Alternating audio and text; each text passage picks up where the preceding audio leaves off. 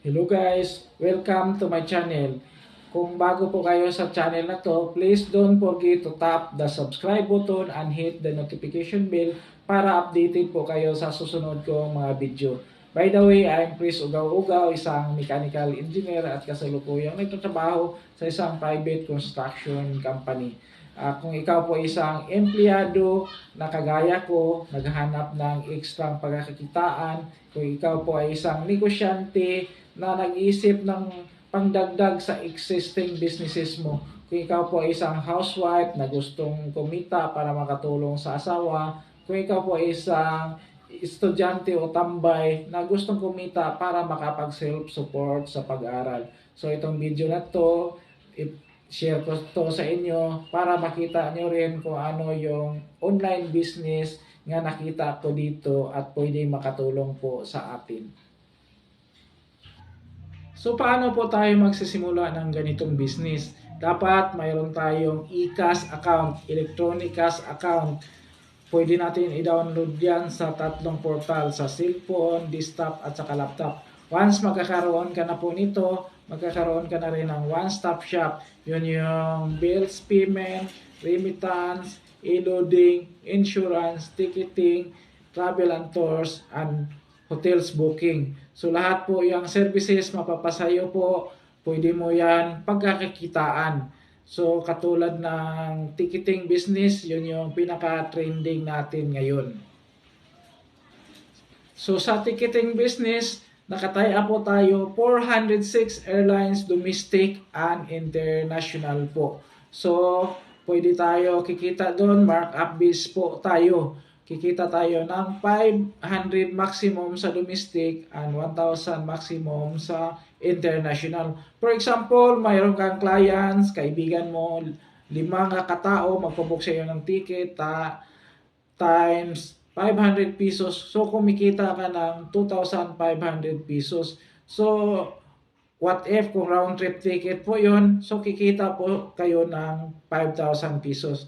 Sa international naman po, yung friends mo pupunta ng Hong Kong, magpabook sa'yo, tag 1,000 pesos yung markup mo. For example, 10 po sila, 10 times 1,000, kikita ka po ng 10,000 pesos. Siyempre, babalik yan kasi namamasya lang yan. So, times 2, kikita ka po ng 20,000 pesos.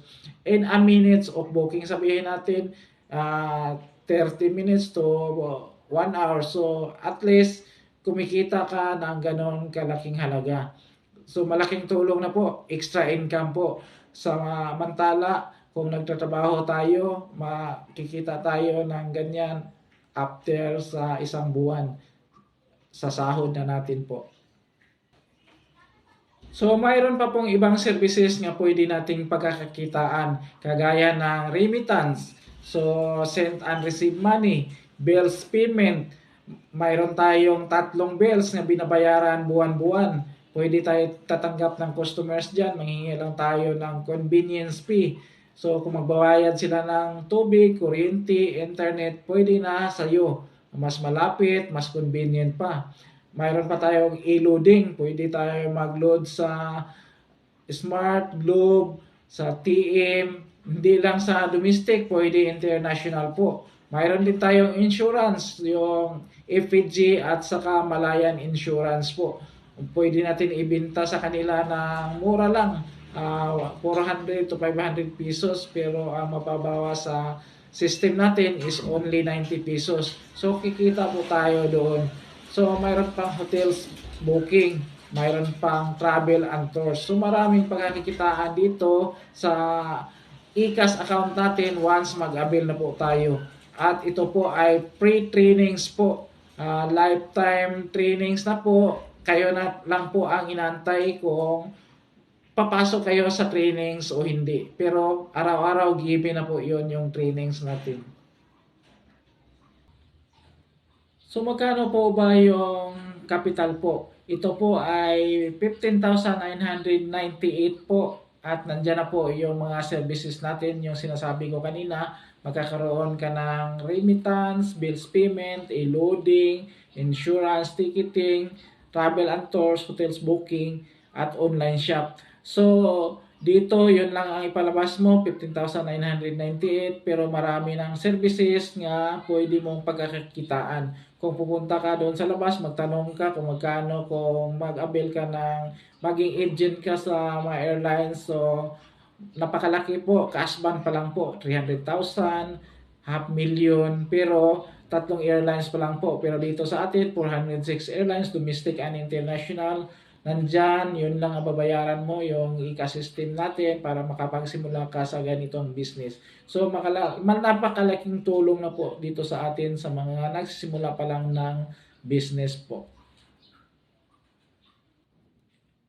So ito po ay 20% lang po itong kitaan. Mayroon pa tayong 80% na kitaan. Kung interested po kayo, mag-message lang po kayo sa akin sa Messengers at saka sa Facebook po para ma-discuss ko po sa inyo.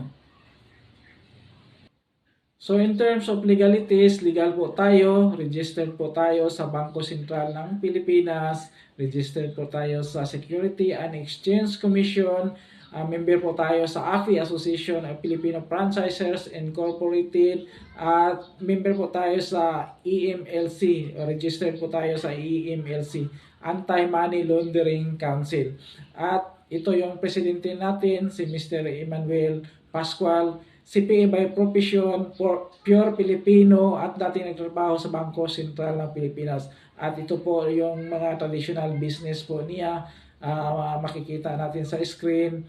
At imbitahan po siya sa Poso na Economic Briefing 2022 kasama yung Vice President natin na si Inday Sara Duterte po. So bago po ako mag-end, may sasabihin po ako sa inyo. Dapat simulan natin yung business ngayon, kung anong status sa buhay natin ngayon. That's the result sa mga decision natin 5 years before. Pero kung gusto natin magbago yung buhay natin, so gagawa tayo ng bago at sisimulan natin ngayon, mag-take risk lang po tayo para din sa pagbabago ng buhay natin. After 5 years, maramdaman na natin kung ano yung nabago sa buhay natin. With that, thank you and God bless po sa ating lahat.